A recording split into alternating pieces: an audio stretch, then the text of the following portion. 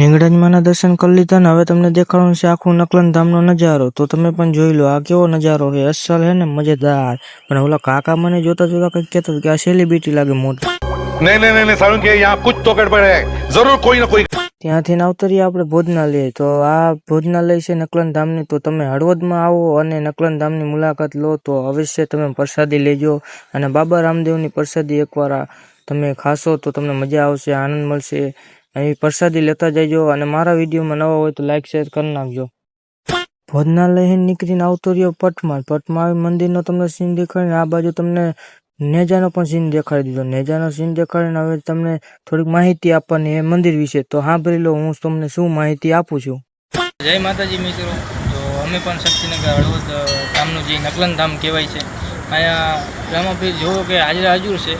પણ જો તમે હળવદમાં આવો તો આ મંદિરની જરૂર મુલાકાત લેજો. અને મારા ચેનલમાં નવા હોય તો લાઈક સબસ્ક્રાઈબ અને ફોલો કરતા જઈજો. અને તમારો નાનો કોઈ તે સમજીને થોડોક સપોર્ટ કરી નાખજો. જય રામાપીર.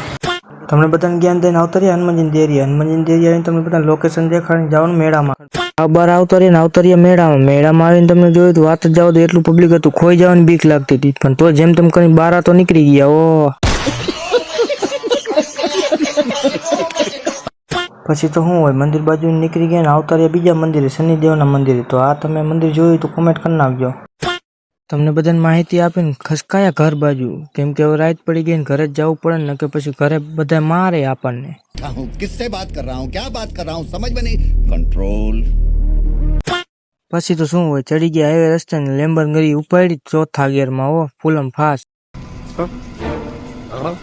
પછી તો શું હોય, ચડી ગયા જૂના હરાવાળા રસ્તે આપણા ઘર બાજુ. પોગી ગયા સોસાયટીમાં. સોસાયટીના અંદર થઈ ગયા એન્ટર. પછી તો શું હોય, રાતે 12 વાગે ઘરે આવીને મારા કલેજા બધા મને મૂકીને વહી ગયા. પણ તમે વિડીયો મારો ગમ્યો હોય તો લાઈક શેર ને ફોલો કરતા જજો. જય માતા.